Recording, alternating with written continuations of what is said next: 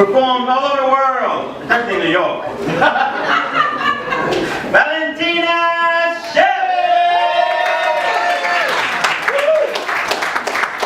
So hi everybody, nice to see you here. I'm Russian. A lot of questions about my country here. One of these questions is it true that Russian people have a lot of suffering in their lives? And they say yes. And Russian people like to suffer. And when we feel that it's not enough suffering in our lives, we punch ourselves in the face. Another question I hear is, do Russian people like President Putin? And I say, yes, of course Russian people like Putin. You have no choice.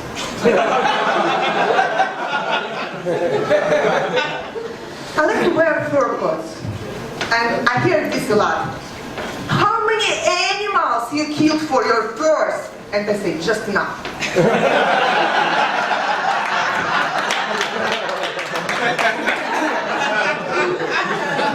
People ask me this question. Are you sure you're Russian? Because I don't drink. You know, some people, they are happy drinkers. And some people, they are mean drunks. So when I drink, I want to kill people. I start drinking after I kill the third person. Recently my mom came here to visit me. So my mom speaks English, but not like me. She has an accent.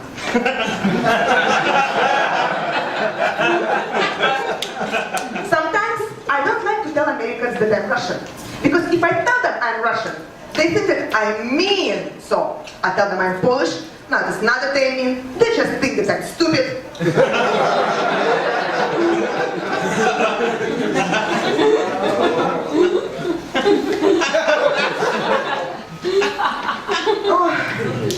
All countries, you know, have something to contribute, and my family is desperate for me to get married.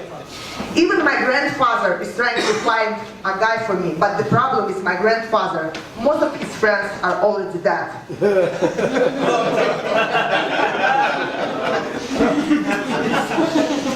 There is a stereotype that all Russians are alcoholics, which is not true. Everybody knows all alcoholics are Irish.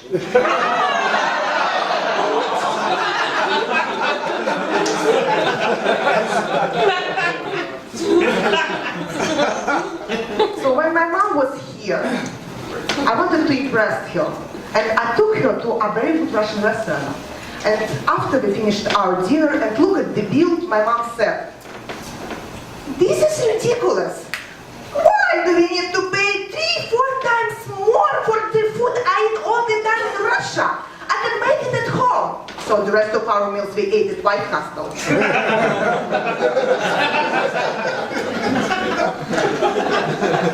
When I was 5 years old, my grandfather said to me, "Valentina, be careful. Don't talk to strangers, because people will kidnap you and steal your organs." So I did not talk to strangers, and I also always walked behind my friends, so they would be killed first.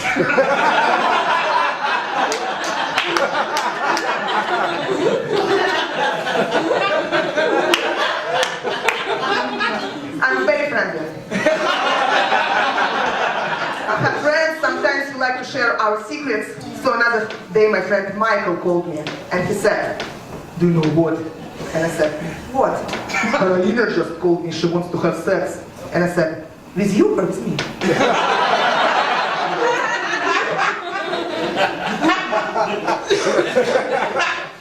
I closed my Facebook profile because it took a lot of time from me. But many people, they cannot understand it. They think that I don't want to be their friend on Facebook. Nothing to do with Facebook. I also don't want to be their friend in real life.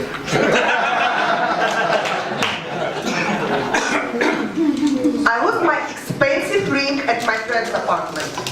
And I called her. She said it's not here. But the next time I saw my friend, she was wearing my ring. And I said to my friend, "This is my ring." And friend said, "No, it's not your ring. It just looks like the same." Then I went to a restaurant with her boyfriend. And she was there. And she came over to us. And she said, "Oh, this is my boyfriend." And I said, No, it's not your boyfriend. They just look the same."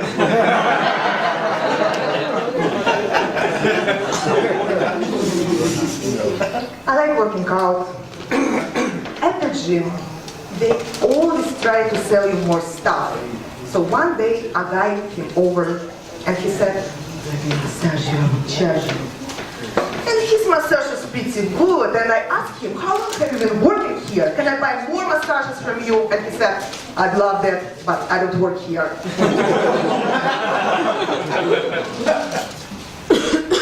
I really want to have a child, but I'm afraid of pay. So I decided I will hire a surrogate mother.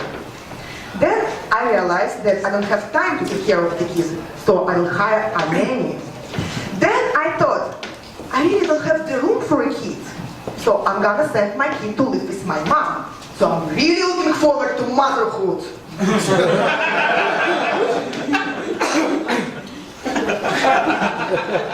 But guys, they always want to have a threesome. And I don't want it. And it's not because I don't like the idea. It's just so confusing. Who I would be mad at for not calling me back?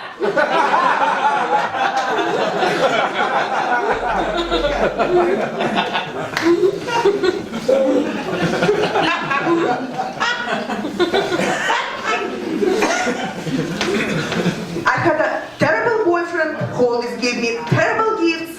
Then he died on my birthday. He finally gave me the perfect present.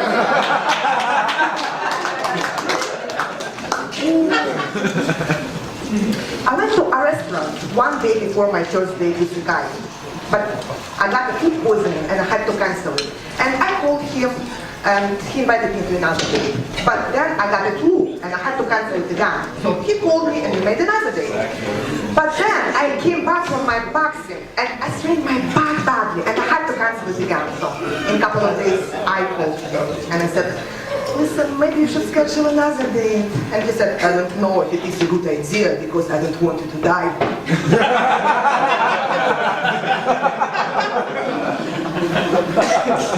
I have crazy dreams, honestly. So every time I lose a tooth in my dream, somebody dies. So in my dream, when I lost a tooth, then my fish died. Then I lost another tooth in my dream, and my neighbor died. Then I lost all teeth in my dream, and my dentist died.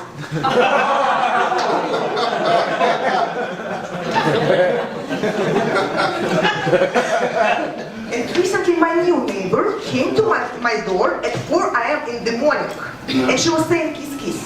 And probably she was trying to say kiss, kiss. But she was so drunk and I could barely understand her. Then she went to another door with the same words, kiss, kiss. Then another door, kiss, kiss. And finally a guy opened the door. And he said, "Come on in." And right now she is there. Be happy for you. Alright. I'll finish on this note. I'm not into casual sex. I was on a date with a guy and he said to me, "Everything moves so fast, especially in New York City. We have no time for date. Let's just get right to the sex."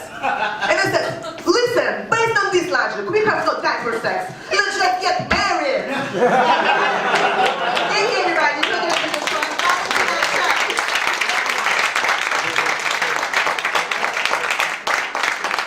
Keep it going for